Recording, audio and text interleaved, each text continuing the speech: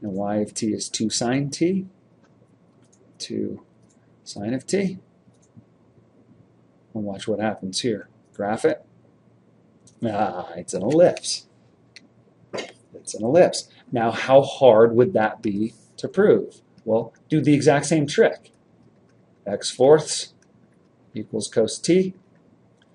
Y halves equals sine of t.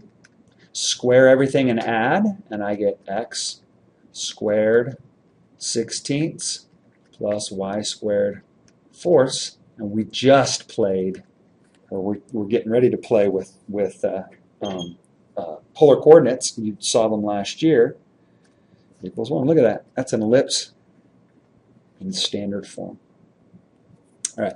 Now, I realize that parametrics can look really contrived, and by and large they are. All right. They're either really easy or you've got to do some crazy algebraic two-stepping. But one of the really, really important applications of parametrics is something called curvilinear. See, look at that. It's lagging. Isn't that crazy?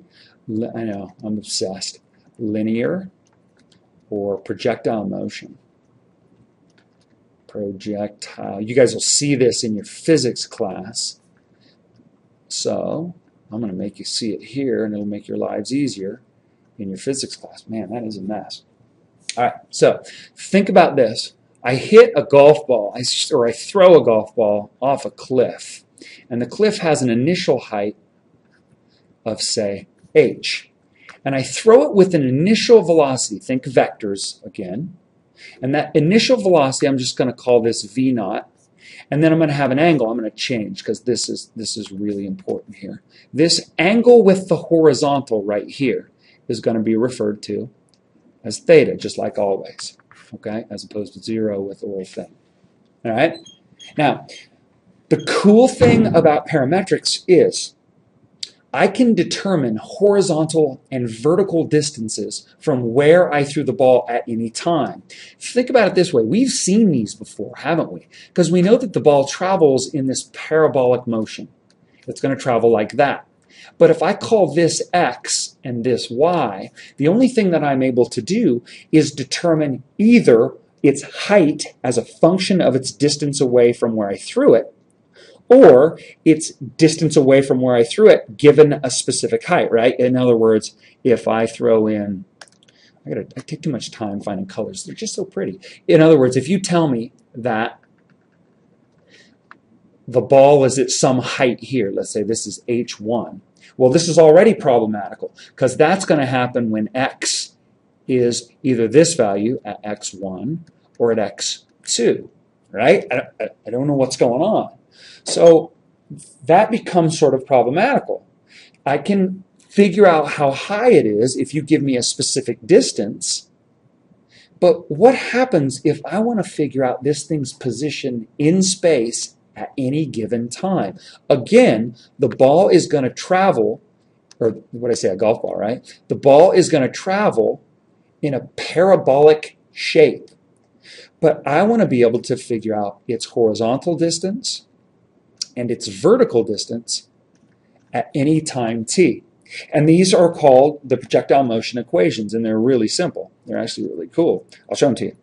X is defined always as the initial velocity times the cosine of theta, the angle made with the horizontal. And then we take this. This is just a constant, right? I know the angle is whatever it was, right, when I threw the ball, and the initial velocity is whatever it was. And I take that and I multiply it times t. So that is the coefficient of t. Y of t, by the way, you'll prove these in calculus and in physics. Y of t is defined as negative 1/2 gt squared plus v naught sine of theta. Now again, this is a number, so it's a coefficient. It's a v of t plus the initial height. Now, look real close. I mean, think about what's going on here. X of t, can you see why this is v naught cosine of theta times t, right? Can you see why? You give me any t, x is going to grow uniformly, right? Now, what's going to happen to y? Why is there this negative gt squared? Well, this negative gt squared accounts for the force of gravity, or the acceleration of gravity, which is making y smaller. When t is 0, this has no effect. But as this thing goes up in the air, gravity has a tendency to pull it back to Earth. This guy works exactly the same way as this guy, right? As t gets bigger, this thing's going to get taller. Now it's working against gravity. And then, of course, its height has to take into account, or has to be taken into account when we determine how tall it is in the air. Right? Wherever we started from, if I chuck this thing off of a 1,000-foot cliff, its position in space is going to be really different than if I chuck it off a 10-foot cliff, et cetera, et cetera. We're going to play with these a whole bunch in class. All right, they're also super fun to deal with. Now, there's just one more thing. I've been yapping long enough. I apologize for the length of this, but students have a tendency to get a little tripped up when we start wrapping our brains around parametrics. I did when I first saw them. I'm like, what is this? You're putting a t on this? Why are you making it more complicated? Well, we do so because we're not making it more complicated. Believe it or not, we're making it easier. All right. Excuse me, one more thing. I want to give you one last equation, and this is just for fun. I just want to show you this. This is x equals a times t minus sine of t. This is cool. And y is equal to a times 1 minus cosine of t. That's this guy right here. And this is referred to as the equation for a cycloid. And I'm going to show you what a cycloid is here in just a sec. Excuse me. I've got it right here. Check it out. That's a cycloid. This is just for fun. Look at that. So what is that? This thing, this curve, is the parametric equation for a cycloid. Or excuse me, it's the parametric graph of a cycloid. This is the equation. This is the equation. This is the graph. So what is a cycloid? It's basically the curve that is carved out of space if you take a fixed point on a circle and then let the circle roll. So take a dot, a glowing dot. Ooh, I'm going to get crazy here. Take a glowing dot, put it on your bicycle tire, and then drive your tire at night. And this is the curve that you will see carved through space.